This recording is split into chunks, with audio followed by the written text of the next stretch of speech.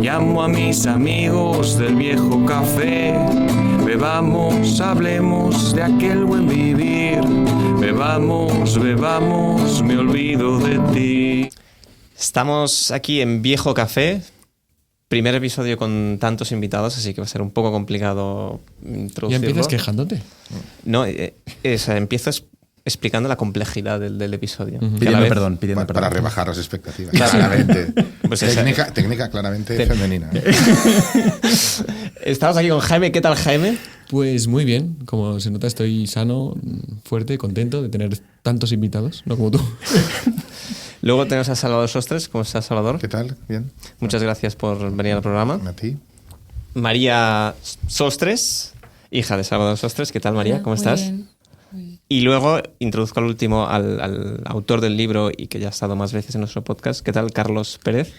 Muy bien, gracias, Luis. Carlos comparte también pues hermandad con Jaime. Bueno, y contigo también, Luis. Sí, pero otro tipo de hermandad. Otro tipo de hermandad. Comparte hermandad. Esto no lo había escuchado yo nunca. O sea, decir es hermano te hubiera matado, ¿no? Es que uno siempre está jugando con el lenguaje, sí, tratando de nuevas construcciones. Un junta letras, ¿no? Como dice Carlos en el libro. Pues este tipo de cosas trato de hacer en el podcast. Se trata de meterse conmigo, no contigo, ¿no? Vamos a por él, ¿eh? Bueno, ahora vamos a ello, que para eso es el podcast. Bueno, estamos aquí en ocasión de que has publicado un libro que se llama Nacidos para Vivir. Y lo primero que llama la atención es la portada, ¿no? Que parece una encíclica, ¿no? O sea, tal como está escrito, el Nacidos para Vivir. ¿La has diseñado tú o...? No, todo esto, como diría nuestro querido Rajoy, es una cuestión del editor, la editora en este caso. Vale. Tanto la portada como el título. Yo no pude escoger nada. Intenté negociar, pero no hubo manera. Con mucho éxito, por cierto. ¿Qué planteaste tú? Ya se nota que no me puedo dedicar a eso. Yo planteé otros títulos que tenían más que ver con el libro. Sí. Pero bueno, o sea, la editora nos va a matar. Es broma. Que es una gran profesional. Yo voy a decir que yo intervine en esta negociación de una manera completamente fallida, como puedes ver. Indirecta, porque era presionarme solo a mí, no al editor. Sí, claro. Hombre, porque nosotros no podemos hablar en fin, hablamos ya con las personas importantes, ¿no? Y entonces, claro, yo decía, pero tú tienes que decidir el título, porque es tu primer libro. Y a mí estas cuestiones ahora que se ha puesto de moda, que otros decidan las cosas, con argumentos además un poco, si me permites, dudosos, ¿no? Se va a vender más, se va a vender menos. Pero nosotros tenemos que hacer las cosas para hacerlas bien. Y entonces, luego, se venden, no se venden, pero nuestra responsabilidad no es comercial. Y además, yo no he visto nunca que una cosa que se hace para vender se venda. He visto a veces que cosas que están muy bien hechas no se venden, pero nunca he visto a alguien persiguiendo el dinero, consiguiendo dinero. Pero de todas maneras, leyendo el libro, yo sí que tenía esta pregunta como la primera muy, muy clara y que va por aquí. Esto es un encargo y la pregunta sería, ¿cómo haces que un encargo como este, con el título que dices, ¿no? Que es aconsejado o es tal, que al final acabe siendo un libro tuyo? Porque lo haces tuyo de muchas maneras, ya lo comentaremos más adelante, pero ¿cómo haces que algo que te han encargado y que puede tener los fines que tenga quien, ¿no? O tiene una perspectiva comercial o lo que sea, cómo tú luego como escritor haces lo que decía Salvador, ¿no? De hacerlo tuyo y de escribirlo? Bueno, o sea, de entrada porque me dejaron escoger el tema, aunque no tenga que ver con el título, no, sí que tiene que ver. Me dejaron escoger el tema y también porque es una preocupación general que, de hecho, ahora puede Salvador, si quiere contar lo que ahora lo comentábamos antes de venir, tiene que ver con una preocupación por ayudar a los jóvenes como a encontrar su camino y también tiene que ver con el hecho de haber hecho yo una reflexión en mi vida el año pasado que me retiró un poco del trabajo más directo y estuve acabando la tesis y reflexionando más sobre mi vida y un poco es fruto de eso, ¿no? Entonces el libro no puede ser más personal, evidentemente no es nada explícito ni nada pornográfico en ese sentido, pero es muy personal en el sentido que no es tanto directamente un encargo para los demás, sino que es un trabajo que he hecho yo y si los demás, pues bienvenido sea y si no, que se apañen con ello, ¿no? Explica por qué están aquí María y Salvador. Pues por tu culpa, Jaime, porque Nos conocimos el día que antes de que te casaras, o sea que eso igual deberías explicarlo tú. ¿Explico cómo nos conocimos? Sí, Hombre, pero evidentemente. hemos venido a hablar de tu libro. Sí, pero tiene que ver con todo. Vale, nos lo hemos preparado. Pues fue un día maravilloso porque es el 6 de agosto de 2020. El 6 de agosto de 2020 es el día antes de que me casara. Y yo les dije Por segunda vez. No. Quiero Espera. decir, porque hubo un primer intento de casarse. Claro, es verdad. Sí, cierto, correcto. O sea, El COVID. sí, vale. Veis que, o sea, yo me iba a casar Con la misma mujer. con la misma mujer. Segundo intento de Importante. casarse, ¿no? La segunda vez Con que la se misma. casaba. La primera huyó. Dos, misma. Vale. Tenemos todas Vale. las variables en el problema. Vale. Yo me iba a casar en abril. Y en abril de 2020, bueno, en marzo, todo cerró. Y no te dio una pista. Era Dios. mi mujer. Dios A mi- organizó una pandemia para que no te A casaras. mi mujer le dio la pista, evidentemente. No la vio y yo me beneficio. Entonces, el tema está en que se retrasó la boda y porque nos convenía al final, fue ideal, pues el 7 de agosto con todo el calor que hace a las 5. Y el día anterior, la noche anterior, le dije le dije a Luis también. Eso es mentira, ¿sabes? te lo dije yo, de hecho. ¿Lo dijiste tú? Jaime, hagamos algo que mañana te casas. Exacto. Y yo se lo dije a Luis, le dije, vente. Y me dijo, no. ¿Te acuerdas que me dijiste Sí, que no? me acuerdo, me Vale. acuerdo. Entonces, ¿Por qué Sí, dijiste porque que no? no, porque me lo dijo tarde, yo estaba en la cama. Bueno, ya, pero pues te levantas y vas. Eran de ya las verdad. 7 de la Que es lo tarde. que- Sí, Estaba ya claro, en la dijo, cama. por el amor de Dios. Pero claro. que es lo que yo Sí. esperaba, que cuando llegamos y le escribí, le dije, Luis, que está Salvador, ¿qué tal? Que parece que hay interacción, que nos vamos a conocer. Interacción. Compartíamos hermandad. Bueno, es que te explico cómo va. Fuimos allí al bar, se puede decir el nombre, ¿no? Traímos Hombre, claro. aquí, es una maravilla. Y estuvimos tomando algo yo me di cuenta, fui yo, ¿no? Es que yo no le conocía a Salvador. Yo no la había leído. Bueno, pues No me mires mal, no te había no, leído. seguramente le habrías leído, pero... ¿Cuántas ofensas caben? No, ¿Cuántas seguramente más? sí, pero no le ponías cara o no.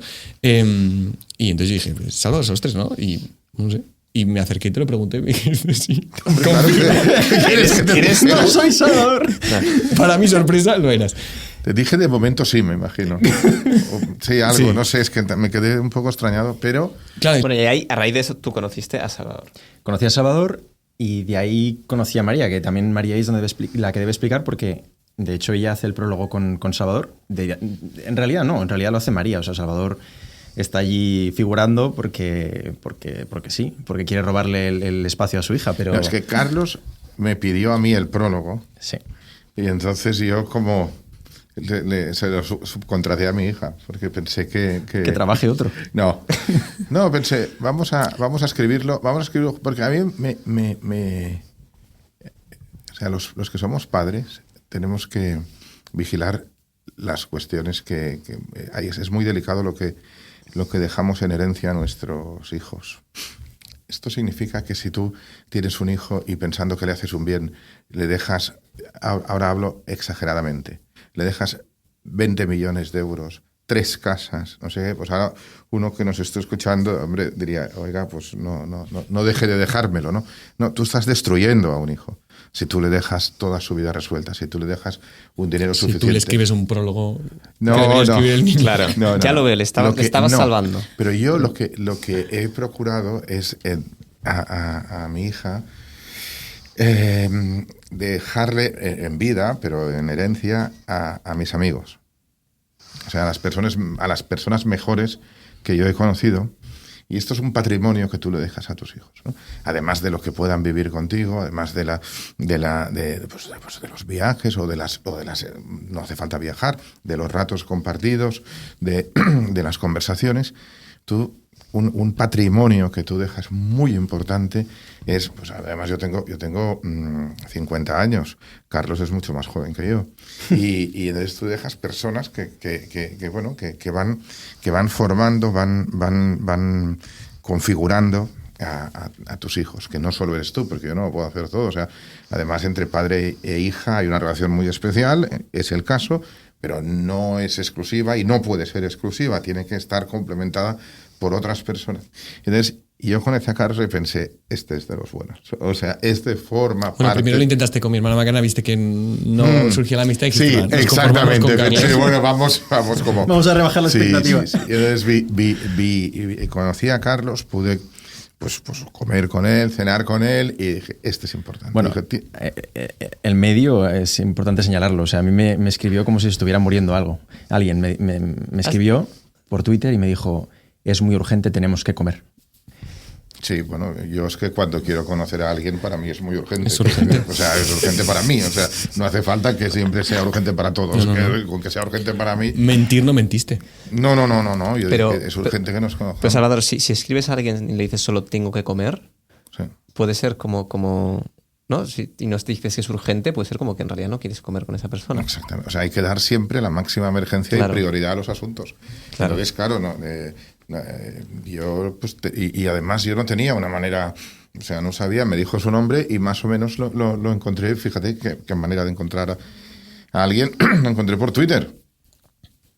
Ahora X, pues le escribí y dije, oye, es muy importante, no sé, es urgente o muy importante que comamos a la ¿Y mayor. tú pensabas que realmente alguien había una vida en juego? Sí, yo pensaba que realmente había que salvar a alguien y allí fui a comer con él. Bueno, hay que Entonces salvar yo a dije, Salvador. tienes que conocer a mi hija. Ya. ¿tal? Y él me dijo, no me gustan los niños. Y yo digo, no, o sea, pero tampoco hace falta llegar tan lejos. Quiero decir, tienes que conocer a mi hija y tienes que... no. Tal. Y le dije, un día vamos a cenar. Y luego ya, pues... Y entonces, un día fuimos a cenar. Y a partir de ahí, yo me di cuenta de que se convirtió en el ídolo de nuestra familia, Carlos. Pero esto parece broma, pero no es broma. Y además fueron viniendo todos mis amigos que querían conocer a Carlos también. María hablaba de él, yo hablaba de él, y todo esto, el mundo se creaba como una... Expectativa terrible. No, pero Y esto fueron es viniendo poco a poco. O sea, no lo hice todo de golpe. Y al final, él se convirtió en un ídolo de todos nosotros. Y entonces, la experiencia, o sea, la relación que yo tengo de amistad y tal, es una relación que yo pensé para un libro, está bien. Pero también, o sea, el hecho de que los hijos, tú eres padre, Jaime, que los hijos te compren lo que tú vendes, la mercancía que te venden, no es tan habitual y menos que lo hagan con el total entusiasmo cuando ya son un poco adolescentes, o sea. No, y compartir amistad, digamos que es lo propio de la amistad, ¿no? Que no es exclusiva del todo, ¿no? Que siempre se abre, pues, entiendo que tú también consideras que con tu hija tienes cierta amistad, ¿no? Y Bueno, no es la amistad, pero que podemos compartir. que una podéis amistad. compartir la amistad y que el hecho de que llegue Carlos, que no obnubile a uno o a otro, sino al revés, sino que os dé riqueza a los dos, pues tiene casi que está explicado aquí, ¿no? Bueno, pero hay que añadir una cosa más y es que yo no dije que sí en ese momento, yo dije un sí condicional. Y yo dije, si merece la pena, sí. Sí. Y entonces la prueba fue el primer día que... O sea, María está mirando con la cara de claro que iba a merecer la pena. O sea, ¿qué estás contando? ¿Tú lo viste así, María? La primera vez que le conocí, la primera frase que me dijo fue: tu padre te ha vendido muy bien. Entonces, claro, toda la presión sobre mí. Como siempre. Pero yo no sabía que había habido este encuentro al principio. O sea, mi padre me dijo, te tengo que presentar a un amigo, y me trajo a Carlos. Y yo me sentía un poco ahí juzgada, pero a la vez estuve muy cómoda. O sea, hablamos bien y tal. Y la primera conversación que tuve con él fue... yo llegué a casa y le hice unas reflexiones a mi padre sobre la conversación, y luego mi padre se lo trasladó a Carlos. Entonces Carlos dijo... Era una catequesis, esto lo podemos explicar así. Y entonces explícalo bien, porque ya estaba ahora intentando salvar ahí. Explica la catequesis, porque la explica de hecho en el prólogo, y lo explica muy bien. Yo no le dije que pusiera eso, pero me parece que tiene que ver con el tema del libro, por eso quiero que lo explique. Me dijo... me habló al principio como de la creación del mundo, y me dijo, Dios crea el mundo y se esconde. Entonces, Dios es misterio, y este misterio nos da la libertad. El amor es libertad, al final es el mismo concepto. Y entonces yo llegué, me sorprendió este comentario. Entonces, cuando llegué a casa, le dije a mi padre, claro, o sea, Carlos no me habla teniendo en cuenta que yo tengo 10 años, o sea... tiene en cuenta que soy pequeña, pero no me habla como si mi capacidad de comprensión fuera tan limitada como en mi edad. Entonces, yo estoy acostumbrada a que todos los profesores, toda la gente mayor, me hablara como si yo fuera tonta. Entonces, Carlos era capaz de explicar todo lo que él quería explicar, que era mucho, de una forma que yo la entendiera, pero pudiéndomelo explicar, no poniendo límites, no suprimiendo información. Me lo podía explicar todo de una forma que yo lo entendiese, pero sin hacerme sentir tonta. Sin disolver el misterio, ¿no? Y lo terrible fue que lo entendió ella, porque a mí me llegó el mensaje de Salvador por la noche. Me dice, ¿qué le has dicho a mi hija? Claro, Salvador Sostres te dice eso, piensas al día siguiente va a ser un artículo No, contra pero ti que te va a hundir. estaba encantado. No. Urgente, ¿qué le has dicho a mi hija? Sí, y la siguiente frase le dije, ¿qué le he dicho? Y me respondió él, no lo sé, me ha dicho que ella entiende por qué somos libres, porque Dios es misterio, ¿no? Y esta frase la repites a cualquiera y dice, no lo entiendo, ¿no? Y digo que tiene mucho que ver con el libro y me alegra que lo haya puesto ella porque un poco la idea era ese ayudar a la gente a orientarse en lo que tiene que hacer con su vida sin una presión absoluta de una decisión predeterminada, ¿no? Descubrir lo que los chavales jóvenes, lo que la gente joven quiere hacer con su propia vida. Y es con un Dios que está escondido precisamente para dejar que tú encuentres ese camino a través de los temas concretos que yo he ido revisando, ¿no? Porque no hay otra manera que en libertad, que moviendo tu libertad para ver qué quieres hacer. Bueno, hay un momento en el libro más adelante, cuando hablas ya de uno mismo, ¿no? Y dices, no somos un problema que hay que resolver, somos un misterio con el que hay que familiarizarse, ¿no? Que ese misterio no solo afecta a Dios, que se esconde, sino a nosotros mismos, que ya hablas al principio, ¿no? del yo y de lo difícil que es entenderse, y tener esa paciencia con lo mismo, bueno, es conocerse con libertad, porque si no, es imposible. Pero entonces tú das esa libertad al lector, el lector va a comprenderte también en tu misterio, ¿no? Porque es verdad que dices que no es un libro de confesiones, ni es un libro de autoayuda, pero... Bueno, eso es contra ti. Luego contesta esto. Recetas. Luego contesta esto. Pero, por ejemplo, si María, leyendo el libro, es capaz de ver algo, ¿no? que yo qué sé, que ella nunca había pensado y que ha descubierto algo bueno, y te viene y te dice, oye, Carlos, aquí esto lo has puesto por esto. ¿Tú lo ves muy posible que esto pase en general? Sí, o sea, yo creo que al leer el libro uno puede descubrir cosas mías, puede descubrir cosas suyas, ¿no? Y como pasa con cualquier obra, o sea, al final se va siempre de madre, ¿no?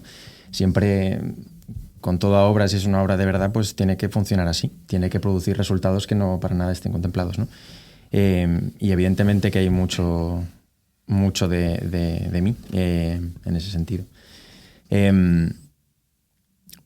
Pero lo que yo me refería más bien es que cuando... O sea, el libro, la raíz que tiene el libro, en el fondo es porque yo estuve preguntando...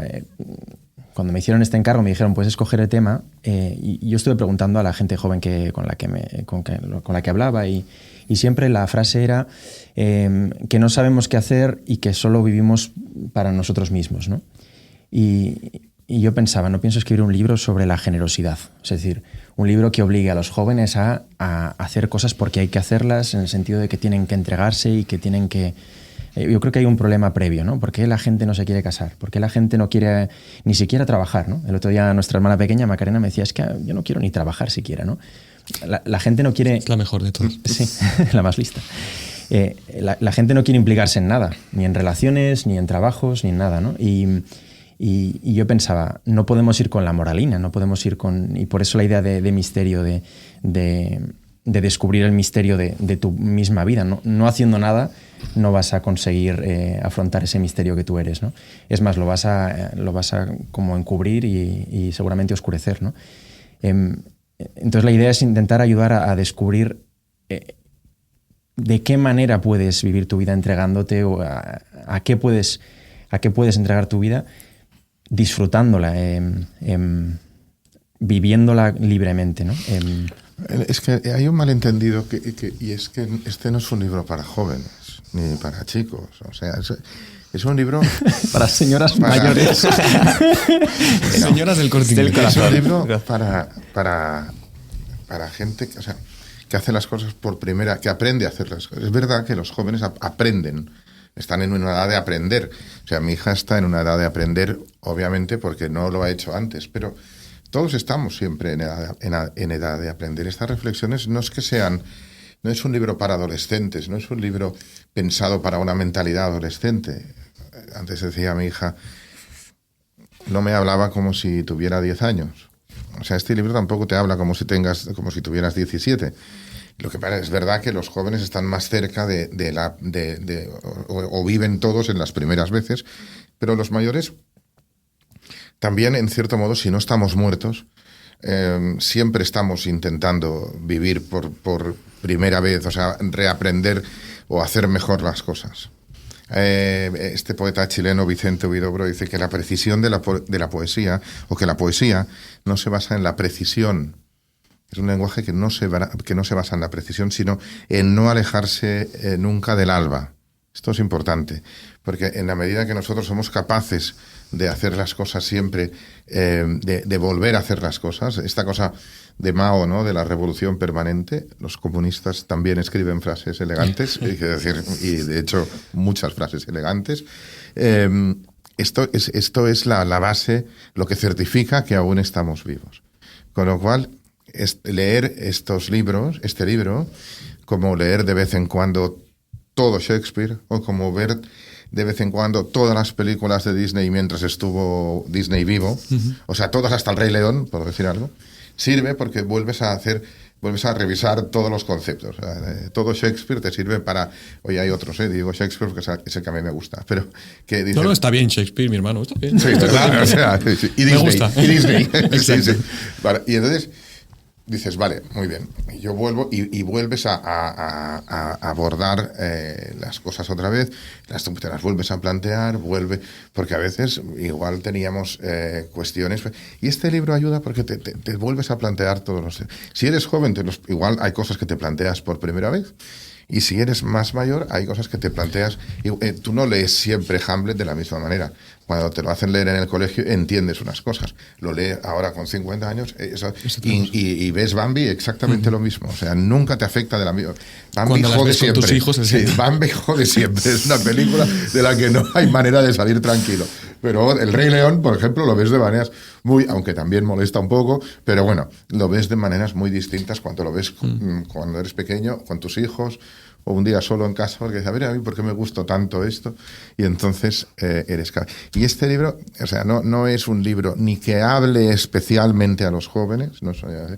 Lo que pasa es que Carlos explica muy bien las cosas. Es lo que decía antes María, sin necesidad de ocultar información ni de simplificar el mensaje, es capaz de ser muy inteligible. Es que en el propio libro ya Carlos lo explica bastante, porque ese punto que decías, ¿no?, juvenil o de volver a nacer o de catarsis que hay que tener, incluso los viejos, ¿no?, de volver a nacer y la conversión o la revolución permanente, no significa que tengas que solo esté hecho para los jóvenes, sino al revés, para todo el mundo que quiera volver a nacer, ¿no? Pero tiene mucho que ver también con lo que ha dicho María, ¿no?, de que el niño no espera que le enseñen a cambiarse el pañal o a limpiarse el culo, que también, sino algo de verdad importante. Y es verdad que los adultos que quizá perdemos el entusiasmo, no sé, pues no estamos abiertos siempre a eso, y los niños a los que les hablan, pues como decía Carlos antes, ¿no?, del por el deber y el deber, pues tampoco se abren a eso, ¿no? Se trata de que un mensaje muy valioso, muy para volver a nacer, se exprese con la importancia que tiene. Y Carlos en el libro hay un momento que habla de sus profesores, que yo barro para casa porque como soy profe, y al principio el tío dice, no, pues lo que más habla de los profes es su silencio. Y yo, pero será cabrón, ¿cómo que su silencio? Y entonces luego lo explica, ¿no? Hay un profesor que yo luego tuve después, pero que conocí, ¿no?, y dice que entra en clase en silencio, no se impone a gritos, porque sabe que lo que tiene que decir es importante, y sabe que en ese momento los propios adolescentes de bachillerato que estaban ahí escuchando se callan libremente porque saben que es lo importante, ¿no? Él primero, cuando les conoce, simplemente va con confianza callado y todo el mundo se calla, y cuando empieza a hablar confirman que sí es importante, hay que callarse. Entonces ya las siguientes clases entra y se callan. Pero va más allá, ¿no? Dice que no solo que es importante, sino que dice que sabe que esa información ha cambiado la vida del profesor y puede cambiar la suya. Exactamente. ¿No? Entonces eso es lo que predispone al alumno a estar atento, porque es ante una oportunidad de transformarse. Pero claro, eso no se puede recetar, no se puede hacer, digamos, de manera... es que no hace recetas, Carlos, lo dice en el libro. No te dice lo que hay que hacer. Él le explica cosas. O sea, esto no sé si tiene que ver con el misterio, pero desde luego tiene que ver con no es un libro de lecciones tampoco, es un libro que él explica cosas y que funciona, o sea, igual que cuando habla tampoco, cuando habla con una conversación normal con otras personas, tampoco le dice a la gente lo que tiene que hacer. Más bien lo que dice es lo que él ha hecho o lo que él piensa sobre aquello. Y esto también, en un tiempo en que tú ves pues, las redes sociales, incluso no tú, o sea, de verdad no lo digo más bien por los profesores de mi hija, y ves que hay una serie de profesores que o bien son muy cursis y muy afectados, no diciendo esa palabra porque esa palabra no, o tal, o no sé qué, o por miedo a que les digan si esta relación con el alumno es o no es, o tal, en los consejos disciplinarios del colegio. De un lado esto, y del otro una información muy blanda, muy poco interesante. Yo veo los trabajos de mi hija, los exámenes, las cuestiones que se plantean, y he de decir que, es un colegio concertado, como decía mi hija, es muy poco interesante. Me cuesta decir a mi hija, ahora tienes que estudiar, o ahora tienes que tal.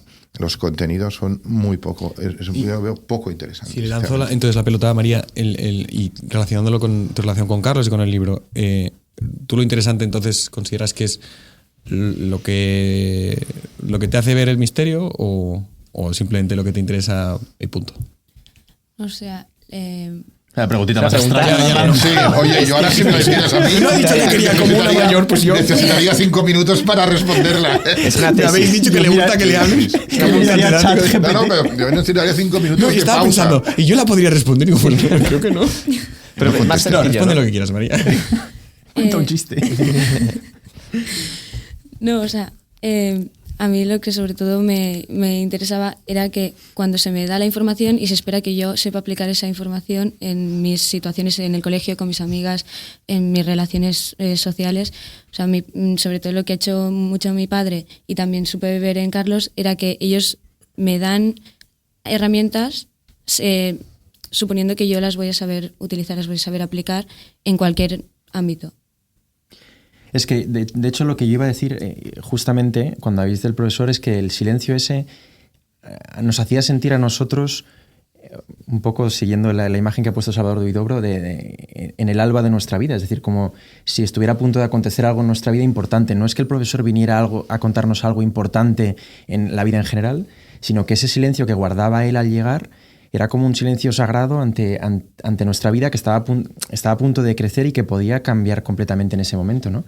Y el hecho de tomarse la vida de un adolescente así, el hecho de entrar así con ese silencio, provocaba, al menos en mí, no sé si en todos los compañeros de clase, pero provocaba ese impacto. No me acuerdo casi nada de lo que me explicó aquel profesor, no me acuerdo de clases concretas, pero recuerdo que yo empecé a tomarme en serio mi vida. De hecho, recuerdo empezar a leer filosofía, que era el profesor de filosofía, en el resto de clases, ¿no? Porque lo que pasaba allí me estaba implicando a mí. Era una manera como de provocarnos, en el sentido de llamarnos a algo realmente importante, ¿no? Y nosotros éramos los importantes ahí. Es decir, no era solo el profesor que realmente era un erudito y nos contaba un rollo, sino que nuestra vida era importante y estaba en juego completamente en ese momento. Esto es verdad que depende de la asignatura, ¿no? Es que Porque Luis es filosofía profesor. muy fácil. Constitucional, puedes entrar No, en silencio. yo creo que constitucional es fácil hacerlo. Son de las más fáciles de derecho. Pero filosofía es la súper fácil para hacer esto. Claro. Porque trata los temas trascendentales. Si yo tengo literatura también se puede. Pero si tengo que hacerlo... está en física, ¿no? Geografía, Claro. los climas de yo cada creo uno. que siempre hay una manera interesante de explicar las cosas. O sea, Sin duda, pero es tan importante que te puede cambiar la vida. totalmente. O sea, yo creo que a veces ponemos absurdamente a profesores de matemáticas a explicar matemáticas. ¿Qué quiero decir? Hay veces que tú cuando vas a un restaurante japonés te ponen... Por cierto, te Nobu... ponen- Nobu lo queremos Me ha gustado mucho. lo de qué quiere decir. Restaurante japonés. Cada uno va a lo suyo. Entonces, tú vas a un restaurante japonés y te ponen, para que tú tengas la impresión más de que es un restaurante japonés, te ponen a un camarero japonés que no sabe el idioma, que no comprende el español, que tú no comprendes lo que... Y es muy difícil. Entonces, tú tienes que hacer una buena cocina japonesa. Tienes que poner a un camarero que sea capaz de entender a los clientes, capaz de ayudar a los clientes a elegir bien, etcétera, etcétera. Con lo cual, a veces tú te das cuenta, y aquí voy a lo del profesor de matemáticas, que un profesor de las matemáticas, tú tienes que básicamente saber explicarlas. Incluso, fíjate que en el periodismo muchas veces a mí me toca escribir cosas que yo no sé de qué estoy hablando y lo descubro a la mitad del artículo y a veces hasta lo acabo y todavía no sé exactamente. O sea, sé lo que era importante en aquel tema, sé lo que yo tenía, el mensaje que yo tenía que dar, sé lo que no era tan importante en aquel tema. Pero no soy capaz de entender cómo funciona aquello. Yo puedo hacer, si a mí ahora me manda mi periódico, que es ABC, me manda a un congreso de veterinarios, yo sabré explicar lo que ha sido, cuánto se ha dicho en este congreso de veterinarios, y le preguntaré a un veterinario que sea de los importantes, diré, oiga, ¿esto por qué es importante en el mundo veterinario? Aquí ¿qué se ha tratado? ¿Qué ha pasado? ¿Por qué este congreso es importante y no el que se hizo la semana pasada? Entonces yo, poco a poco, claro, esto no significa que yo sepa nada de animales, ¿no? Entonces, muchas veces cuando estás en clase y tú dices, no solo las de filosofía, yo te he dicho las de literatura, todo el mundo tendría que ser un buen profesor. O sea, a enseñar solo se tendría que dedicar la gente que sabe enseñar. Sí, yo he visto profesores excelentes de matemáticas, de física, de química, de todas. Y tú has tenido en el colegio, no en la universidad, sino en los... Pues aquellos profesores que teníamos que servían para en primaria, ¿no? Que son de todos, son tutores y te dan todas. Y lo hacen muy bien, realmente, y te abren todos los mundos. Y entonces aquellos profesores igual no son expertos en nada. Yo profesor que a mí me descubrió el gusto por escribir. Luego, cuando mi hija fue a mi mismo colegio, o sea, al cabo de no sé cuántos años, al cabo de más de 20 años, fue al colegio y lo tuvo también a él. Entonces yo descubrí a través de mi hija que aquel profesor era de matemáticas, que lo suyo eran las matemáticas. Yo pensando toda la vida que era la literatura, claro, imagínate. Sí. Y entonces aquel señor, que se llama Manel Herencia, por cierto, hablábamos como si no existiera, pues aquel señor a mí, yo estuve toda mi infancia pensando que había tenido el mejor profesor de literatura del mundo. Sí. Y por recauzarlo un poco en el libro, o sea, la idea de que te importe lo que estás explicando, pero sepas explicarlo, ya parece como los dos conceptos típicos, ¿no? que siempre se sueltan, pero gana muchísimo más o tiene mucho más sentido o...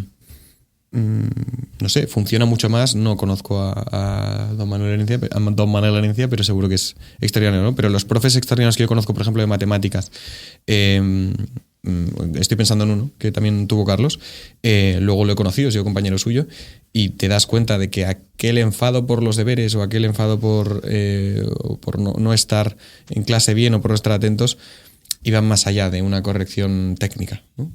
Claro. Es eso que dice Carlos de alguien tiene que decir a los jóvenes que esto es en serio y no de una manera recetaria o no de una manera masticada, como tampoco el sommelier del japonés te va a masticar la comida, ¿no? No.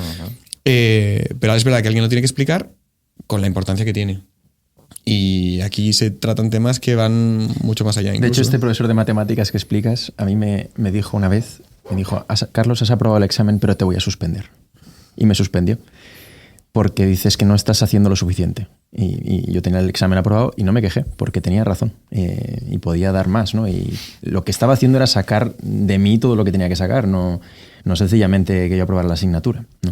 Y la sensación no es aplico este método técnico porque así voy a sacar el rendimiento máximo, sino es que esto es importante de verdad, ¿no? Y cuando lo conoces ves que las matemáticas o el trabajo o ciertas maneras de ver el trabajo son casi sagradas, y cuando conoces su vida dices, vale, sí, es que lo sagrado está cerca, está claro, misterioso y complicado, y etcétera, pero ves que hay un peso allí que no deja de... Y sobre todo no es mezquino el libro. Esto es muy importante. Ni Carlos es mezquino ni el libro lo es. ¿Qué quiere decir mezquino? Hay muchas tentaciones cuando uno es padre, supongo que siempre las tenemos, luego yo me di cuenta al minuto 2 que no tenía que hacer esto, de esta historia tan curiosa de dar ejemplo. Nosotros no podemos dar ejemplo, o sea, no somos nadie para dar ejemplo. Nosotros, tenemos que resaltar lo que es importante, como ha dicho Jaime. Esto es lo fundamental. Yo tengo que decir, mira María, esto es importante, esto está bien, esto está mal, esto lo tienes que decidir tú, esto, etcétera. Pero yo no puedo pretender ante mi hija para que me crea que yo soy perfecto, porque si yo le intento hacer creer que vivo en un plano moral superior al suyo, estoy pidiendo a gritos decepcionarla. O sea, yo no. Y la mejor manera de que un hijo te baje del pedestal es haberte subido tú antes. O sea, yo lo primero que le hice ver a mi hija eran mis defectos. O sea, tampoco es que insistiera, pero quiero decir que no se Al los nacer, escondí. ¿no? En plan, Sí, tampoco. ¿quién no te cambia el pañal? Sí, no, que lo sepas. Y le pedí perdón. Y además, aunque pudiera parecer un poco ventajista en aquel momento por mi parte, le pedía perdón y cuando le pedía perdón decía, ¿ves qué buen padre soy que te pido perdón? No, pero es decir, le intentaba explicar, yo te pido perdón y yo podría no pedirte perdón porque soy tu padre, porque me obedeces y punto, ¿sabes? Pero no. Yo te pido perdón. Yo soy una persona que te puedo dar una orden, que no tal, pero yo me he equivocado por esto, porque no he visto, porque no he entendido lo que me has dicho, o porque he entendido otra cosa, o por lo que sea, o porque estoy de mal humor, porque me he discutido con otro antes de venirte a buscar al colegio, y he reaccionado mal y te pido perdón. Y entonces aquí eres mucho más creíble. Y desde este libro no intenta dar lecciones. Tampoco, Carlos. No intenta decirte, compórtate así. No intenta decirte, yo hago las cosas de una manera tal. Como si fuera un inquisidor, ¿no? Exacto. O sea, no así. No, esto es... Pero, saco el tema. Porque, Pero, ¿qué tema? bueno, lo saco. No, ¿qué tema? He metido, o sea, he visto el momento para Sí. Yo meterlo. iba a decir algo, pero mételo, porque ya lo sé. Que en el libro sale que él no quiere hacer un libro de autoayuda porque, claro. porque tiene un hermano pequeño inquisidor, soy yo, ¿vale? Soy Eres yo. tú, sí. Muy bien. Entonces yo lo que pensé, cada uno puede decir, yo he pensado, toma, salgo en el libro. O sea, yo estoy encantado de la vida porque salgo. Y sales en los agradecimientos, pone a mis hermanos. Sí, ya. ¿Ves? A mí esto, y dije, hombre, al hermano inquisidor en concreto. No, pero Tú no eres inquisidor. Espera. Tú eres pesimista, pero no eres inquisidor. Puede ser. Y entonces Es un debate. tu pesimismo a veces parece un ataque al otro. Pero no, tú no lo haces para joder. Tú lo haces porque crees realmente que no iremos bien. Pero no es no es de a veces yo te explico cosas y tú me dices, Salvador, y yo sé que no lo haces, no, y yo querría ayudarte hacia la luz. Y tú no, pero cuando tú me insistes en la parte que tú ves mal, no es para molestarme a mí ni para decirme que yo soy una catástrofe de persona. No, simplemente porque no eres tan optimista como yo. Igual soy demasiado optimista, también te lo reconozco. ¿Os parece si leo este fragmento? No ha podido Para decir saber? lo que él quería. No, yo ahora voy. Bueno, ya tiempo tendré si conduzco el programa, o sea, aunque esté en realidad se me está yendo las manos, pero por lo demás, mi vida no tiene nada de ejemplar. No soy modelo de nada, así que he evitado a toda costa las recetas y los trucos. En gran medida también porque mi hermano pequeño, que en otra época hubiera sido un fantástico inquisidor, me amenazó con la hoguera si escribía un libro de autoayuda. Amenazar con la hoguera es bastante inquisidor, ¿o no? Bueno, El pesimista. Bueno, pero no era hemos de necesario. caer en la leyenda negra española, Exacto. que no existió. O sea, no, y justo después habla, ha tocado el tema del libro de autoayuda, ha tocado el tema de, antes creo que habla de que no son unas confesiones, y luego todo el libro, por supuesto, aparte de contar cosas suyas o cosas, digamos, de experiencias de amigos y tal, es un océano de citas y de autores que no son autores, sino que son amigos. Se ve pues, en el caso de Orígenes o en el caso de Manuel Machado. Se ve en el caso de muchos autores, ¿no? Y a mí, como inquisidor, lo que me gusta es que tiene aspectos de todas esas cosas, ¿no? Es un libro que quiere ayudar, es un libro que cuenta cosas tuyas, ¿no? Que confiesa cosas tuyas, y luego es un libro que cita y que filosofa. Y lo bueno es que vas pivotando en esas tres realidades, ¿no? Y yo me lo paso muy bien leyéndolo por eso, porque no es la ayuda y ya está, porque dices que no es al 100% ayuda, porque es que no sabemos exactamente. No es confesiones, pero hay cosas interesantes, y yo cuando leo la historia de mis abuelos o la historia de algún hermano, algún sobrino, pues me emociona y me gusta. Y luego es verdad que filosofas. Y que ahí hay teoría importante. Y justo ahora que hablaba él del optimismo, yo te iba a lanzar. En el libro hay un momento que hablas de la esperanza, la diferencia entre la esperanza y el optimismo, y luego su relación con el porvenir. Entonces, ¿tú puedes explicar así, a bote pronto? Podemos, antes de pasar a esto, podemos Hombre, ahora ha sido muy feo esto que le has dicho a Jaime. Oye, que ha hecho una introducción muy bonita, muy orquestral, Claro. muy Rosalía en su último disco. Exactamente. Y tú de repente le rebajas los falta salir a violines. bailar. Claro, hombre, no, yo discrepo completamente del sentido del humor. Bueno, eso es importante. O sea, mientras no me des ejemplos.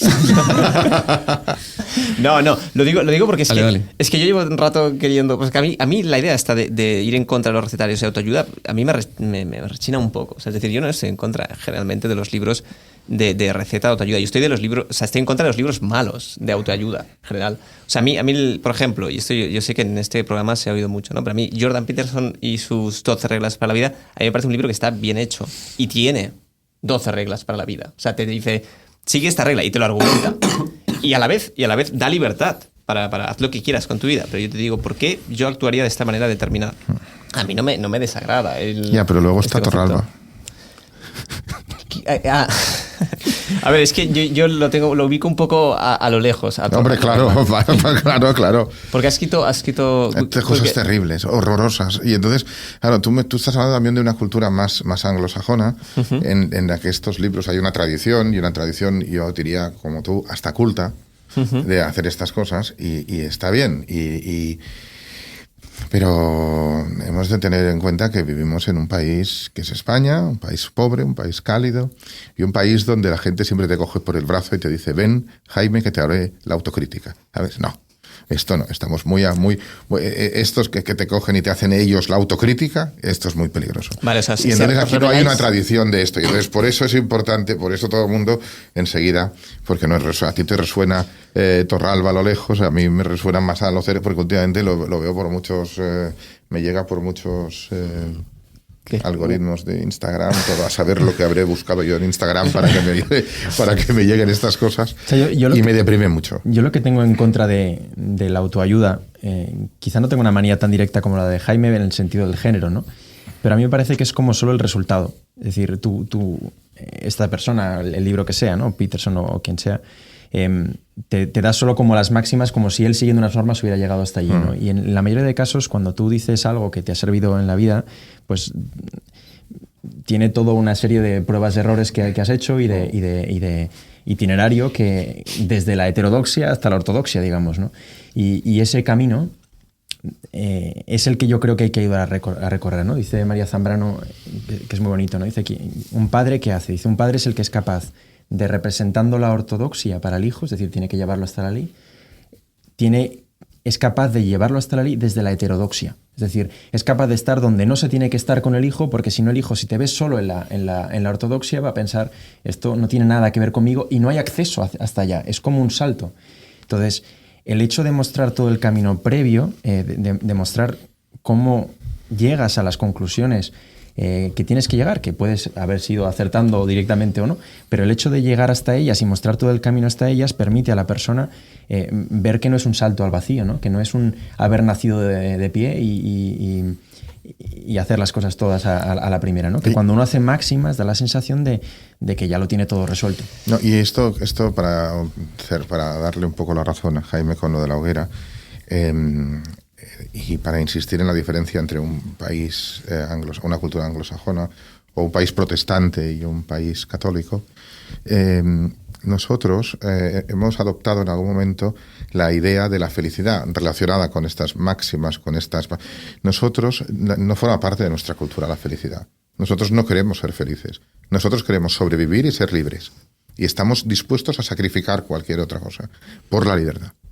Y entonces, este libro es un libro sobre la libertad. Este no es un libro protestante. Este no es un libro calvinista. Es un libro católico. Y entonces nosotros queremos ser libres. Estamos dispuestos a ser imperfectos, a sufrir, a no saber cómo llegar al final del día exactamente, pero lo vamos a hacer como nosotros queramos.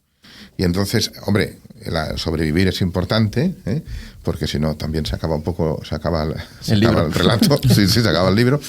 Pero es por eso aquí no nos funcionan y cuando lo vemos nos parece cursi. Sí. O sea, yo entiendo que os rebeléis contra un concepto concreto de autoayuda y estoy de acuerdo con estas ideas. O sea, lo que pasa es que creo que no engloba todo el tipo de libros. O sea, hay libros que están, a mi juicio, bien. al respecto. Y que en el fondo, tampoco nos vamos a engañar, o sea, este libro efectivamente te propone una serie de ideas, pero detrás hay un ethos, hay una visión del mundo que no deja de ser una receta.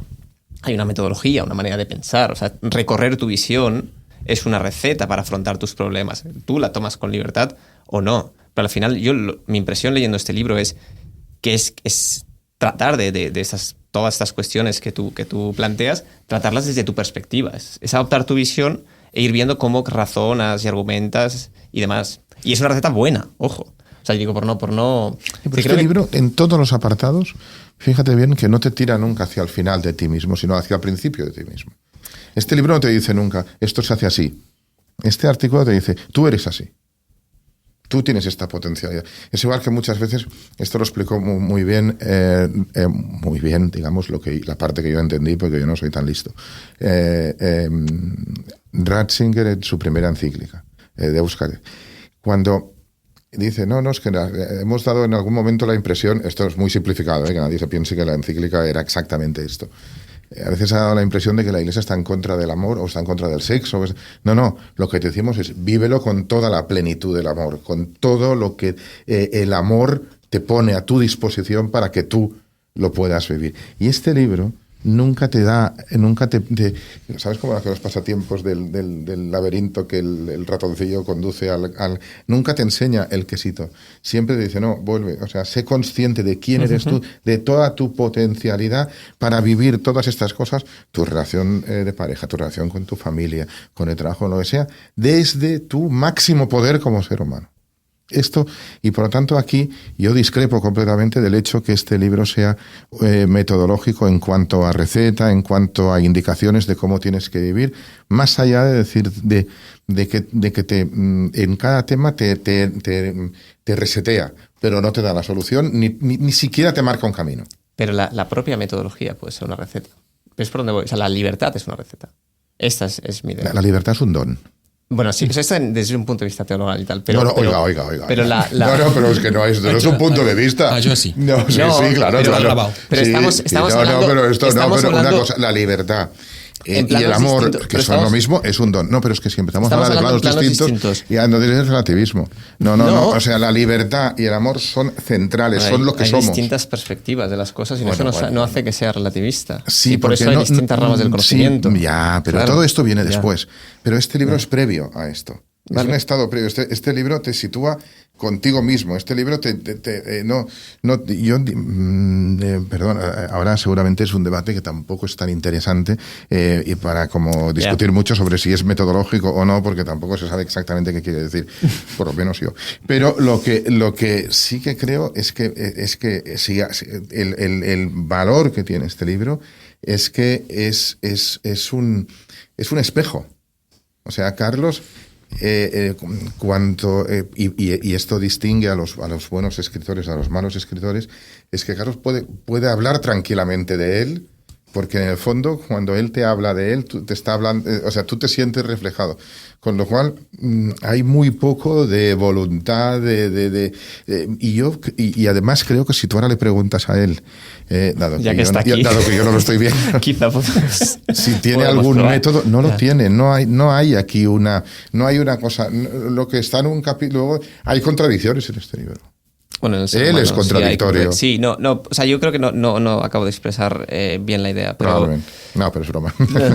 No, pero yo sí que creo que en el fondo, o sea, el caer en relativismo es decir que no hay receta ni siquiera en la manera de abordar el libro. O sea, es decir, como si todo fuera relativo. O sea, la cuestión es, sí que hay una manera de explicarnos las cosas, que es la manera que todos habéis pues alabado, que está muy bien, que no obliga, sino que da libertad, te da las herramientas, eso lo ha dicho María en un momento, te da las herramientas para decidir, que yo estoy totalmente de acuerdo con esta metodología. Es verdad que al final no acabas con una receta, incluso en un capítulo acabas con preguntas directamente. Entonces eso es lo que decía... El final del libro, de hecho, es la pregunta del principio, en el fondo. Sí, exacto.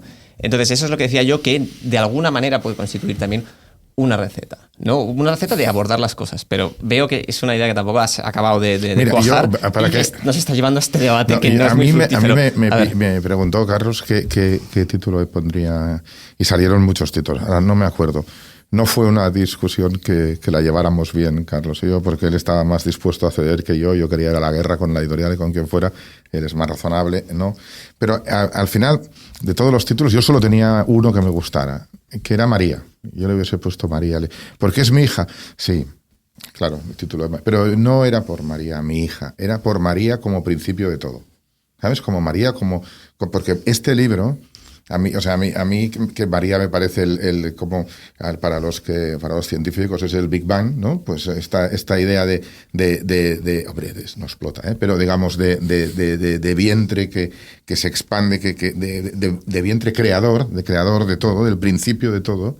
De un principio no neutro, o sea, de un principio, por eso decía el amor y la libertad, los dones, pues yo le habría puesto este porque precisamente para acabar de argumentar el hecho de que este libro es todo preguntas, es todo estertor. O sea, yo para darte un poco la razón, Luis. Gracias, la primera vez que se me da razón en todo este podcast. Sí. O sea, yo creo que el único método, y además es el que me ha servido a mí siempre con mis amigos y con la gente que se acerca a hablar conmigo, es el de confiar en que dentro de la zozobra se puede producir un camino. Y yo no me he encontrado con ninguna situación, y me he encontrado con gordas, o sea, con cosas terribles.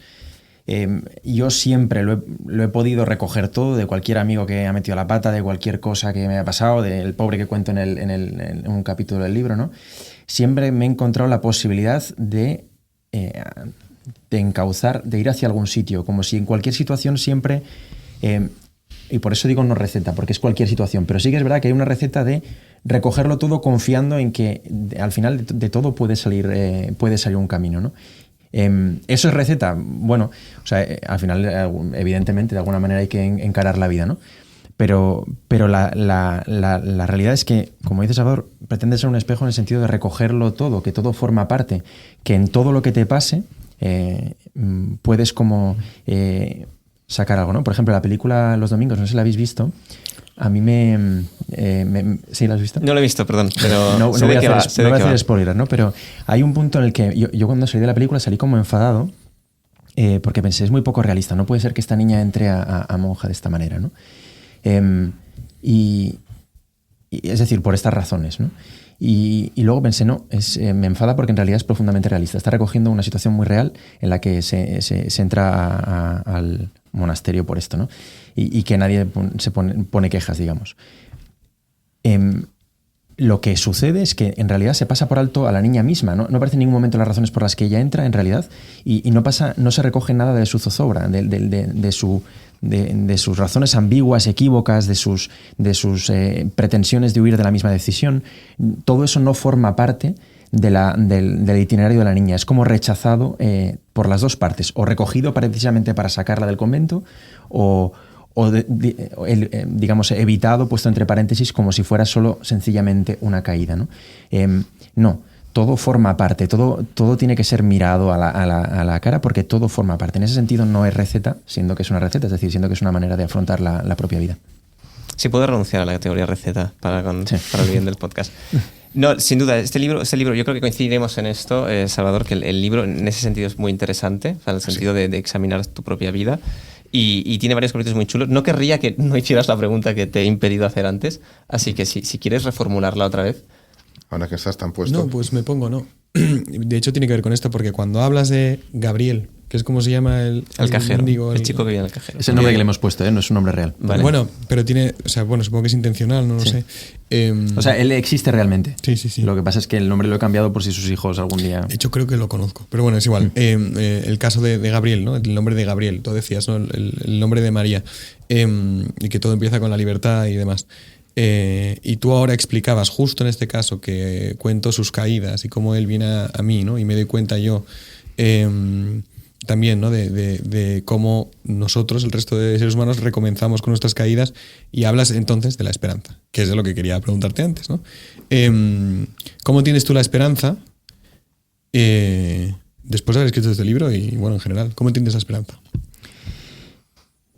lo primero que habría que hacer, yo creo, es distinguirlo del optimismo, es decir, pensar que todo automáticamente, esto va a ir un poco en contra como de Salvador, porque es su sección se llama así, ¿no? Pero pensar que todo va a ir bien, en el sentido de que todo va a salir como perfecto, en el sentido de la felicidad, en el fondo anglosajona, es un error. Es decir, el optimismo no va a ningún lado, ¿no? Es de idiotas, ¿no? Decía Havel, cuando lo había visto en la cárcel, decía, ser optimistas y pensar que todo va a ir perfectamente bien es de ser idiota, ¿no? Dice, lo que tiene sentido es tener esperanza. ¿Y qué es la esperanza? Es decir, que todo va a tener sentido. Para mí la esperanza, y luego habría que ir lo del porvenir, ¿no? Pero para mí la esperanza es precisamente la conciencia de que de todo lo que uno tiene en la vida, incluso las cosas duras, difíciles, va a acabar como configurando mi existencia de tal manera que yo llegue a saber quién soy, ¿no? Decía San Agustín de una forma muy bonita, dice, hay momentos en la vida que uno vive como una ausencia total de sentido porque como que son feos, ¿no? Dice, como puede parecer un verso suelto que nos parece que no rima con nada, ¿no? Dice, y después uno se da cuenta que el verso con el que rimaba estaba al final del poema, ¿no? Hay un punto en el que situaciones concretas te van a hacer pensar eso, ¿no? Y el porvenir como que lo agranda, ¿no? Lo hace rimar, hace que lo tenga sentido, ¿no? Lo amplía. Mi sensación es que en todas las vidas que yo he tenido delante y en la mía propia, cuando la miro como misterio, es que siempre sucede algo más que vuelve la vida más grande, ¿no? Que deja las cosas que parecen completamente imperfectas, las deja en su posición y las hace rimar, las vuelve musicales. Va a ir bien. Hay que decir a la gente la verdad. Va a ir bien. Y no es una tontería ser optimista. Somos profundamente optimistas.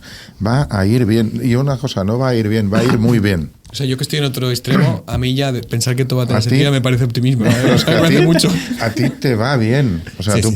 Porque tienes este carácter que, además, esto lo... Desde pequeñito. Sí, pero es pesimista porque Dios tiene un gran sentido del humor.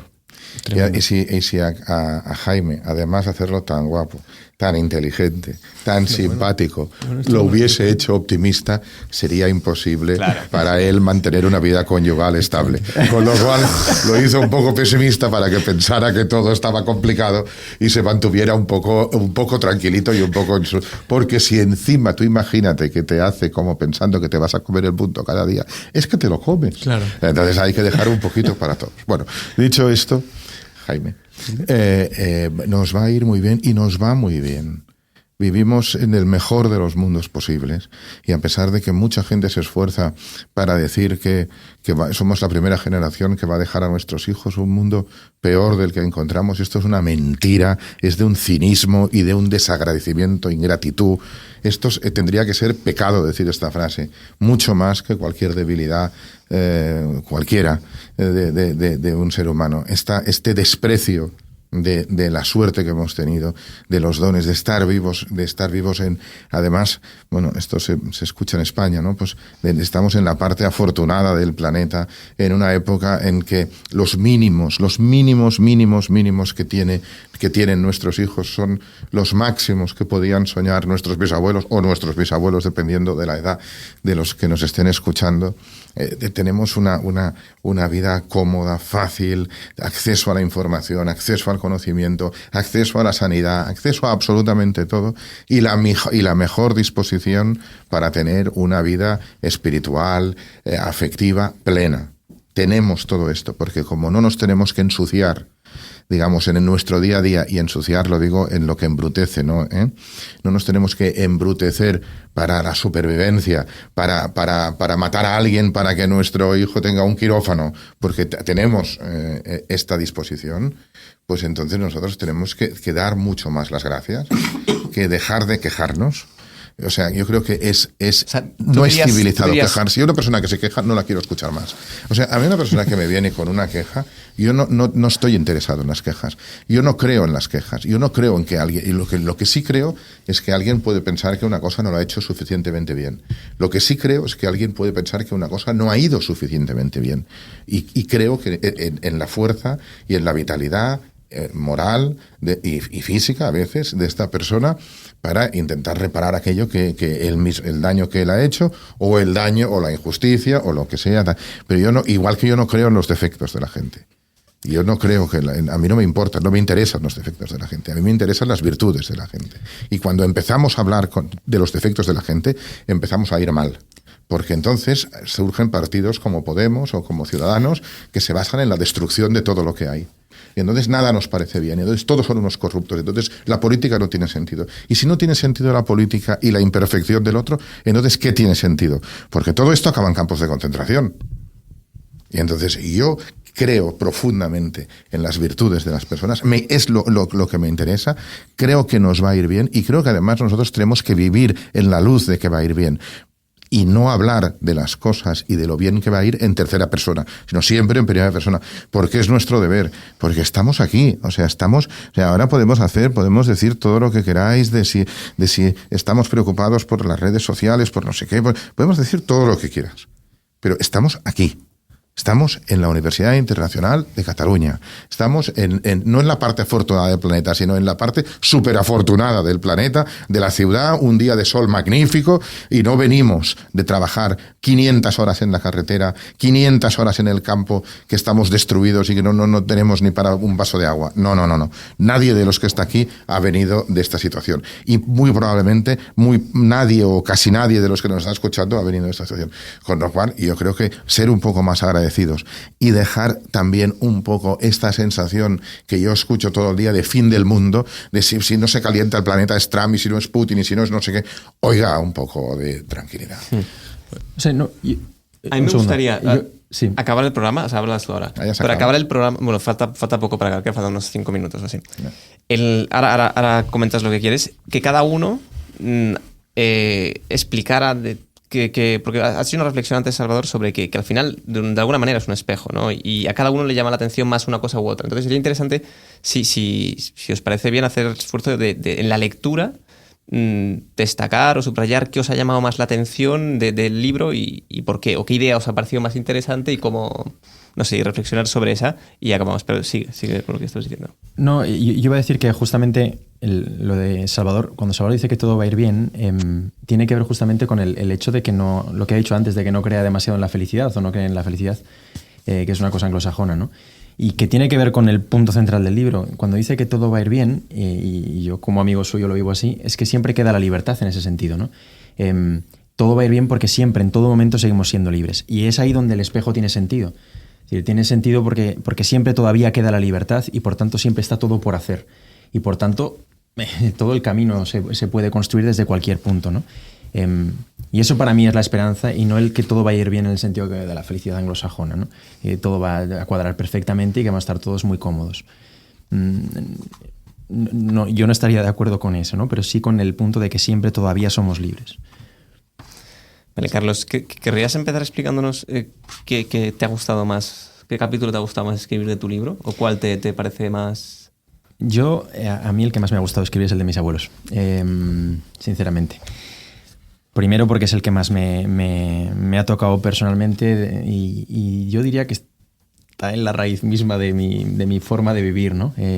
Mis abuelos para mí son la raíz de mis padres y son mi mismo espejo, yo creo.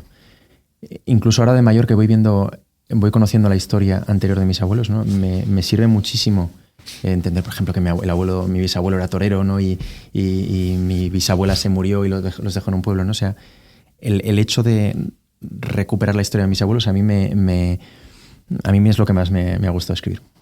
¿María?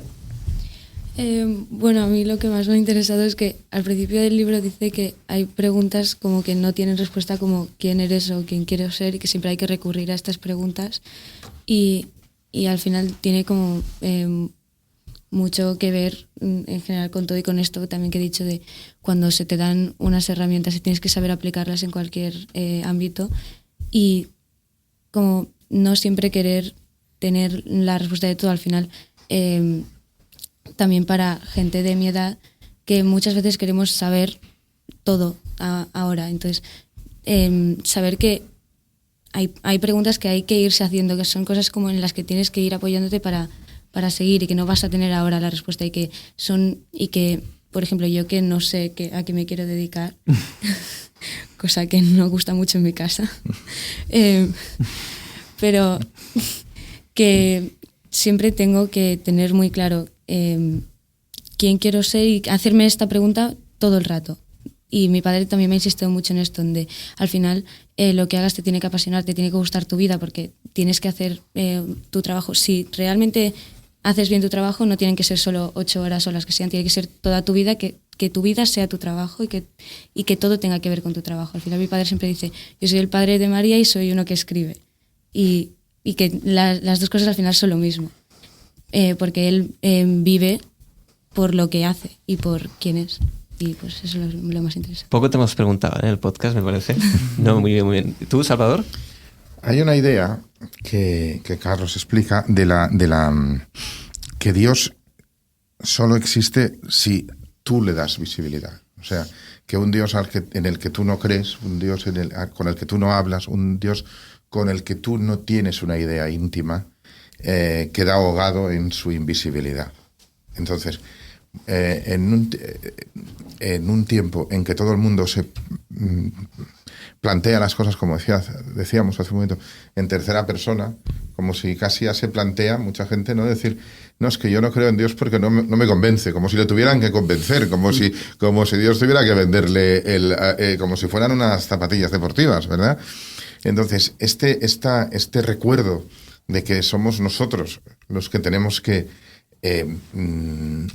abrirnos al final a nuestros dones y a nuestra potencial como ser humano. Este recuerdo de que depende de nosotros es para mí, no sé si es la mejor página del libro o no. Lo que sí digo es que lo resume en cierto modo y que esta interpelación un amigo cuando era pequeño no entendía lo que quería decir, pero él era el padre de una amiga mía y decía, yo la única palabra que le tengo prohibida a mi hija es yo paso. No pasamos. Jaime. A mí me ha gustado mucho la diferencia que hace entre lo que llamamos contraste y contradicción, ¿no? Que yo siempre había dado por hecho que todo eran contradicciones. No, pero lo explica muy bien. ¿Cómo no te voy a querer? No, lo explica muy bien, porque una cosa es que, y además hay un momento en que lo explica con el ejemplo del hombre casado, ¿no? Que puede sentir el contraste, ¿no? De que quizá ya no es lo mismo con su mujer o de que vienen maldadas y tal, pero si uno, como decía Salvador, no se abre a esos contrastes o los intenta conducir, o bueno, lo explica mejor Carlos que yo ahora mismo, ¿no? Puede caer entonces en una contradicción y eso destruye el matrimonio, ¿no? Y eso a mí me ha gustado bastante, la verdad. Vale, yo coincido contigo. O sea, a mí el capítulo que más me ha gustado en el sentido de que más me ha interpelado en este momento es el de los abuelos. O sea, me ha parecido muy chulo, sobre todo porque pone varias cuestiones esenciales de la sociedad, ¿no? Que es esta, bueno, pues esto, una abuela que te ha cuidado a sus hijos y a sus nietos, y en el momento en el que ya no se ve capacitada de cuidar, tampoco se ve como merecida no se deja cuidar, ¿no? Esta idea de los mayores que nos lo han dado todos y que una vez ya pierden esta facultad de servirnos, pues se ven dificultades para dejarse servir a pesar de que han estado toda la vida sirviendo a los demás. Y esto a mí la verdad es que me ha conmovido porque pienso también en situaciones familiares y demás, ¿no? De personas que se han desvivido por nosotros y luego pues llegan a un momento de su vida en el que ya no pueden desvivirse y de alguna manera yo he notado en situaciones personales que la llama se le apaga, ¿no? Como si les costara dejarse querer en la última fase de la vida. Y dicho esto, no es lo único que me ha gustado del libro. No sé, la verdad es que tiene muchas ideas muy chulas y muchas, digamos, visiones penetrantes que yo no me había planteado y que me ha servido muchísimo. Así que yo creo que no sé si quieres decir algo más, pero yo... Como no lo diga me mata. O sea, en la escena de la pelea de espadas es mi hijo mayor el que le gana con las espadas. O le gana. Le torea, hace muchas cosas con las espadas, pero luchan mucho rato. El sable y la espada láser. O sea que en mi casa se enseña bien la esgrima con espadas de plástico. Bueno, pero hay que decir que tu hermano A mí esto de las guerras me tiene un poco preocupado, ¿eh? Porque va al conflicto, va al tema. Yo he estado con él en algunos sitios donde digo, Carlos, vamos a pasar por aquí porque hay una pelea o lo que sea. Y yo veo como él claramente va a la pelea. Y digo, no, sí, vale, pero no, es muy físico, ¿eh? Ya lo hice en el libro, sirve para remontar un partido. Sí, no tengas dudas. O sea, que oye, vigila porque tu hijo en algún momento igual experimenta, digamos, el crecimiento del soldado con toda la dureza. Efectivamente. Bueno, pensaba que ibas a decir suscribiros al programa. Bueno, sí, claro. Y darle me gusta. No, pues lo dejamos aquí. Muchísimas gracias también a Jan, que está en la producción, y a Javier, que ya se ha ido. Y gracias a todos. Gracias. Adiós, Gracias. adiós. Y gracias por el libro, por la presentación. Gracias a ti. Llamo a mis amigos del viejo café. Bebamos, hablemos de aquel buen vivir. Bebamos, me olvido de ti.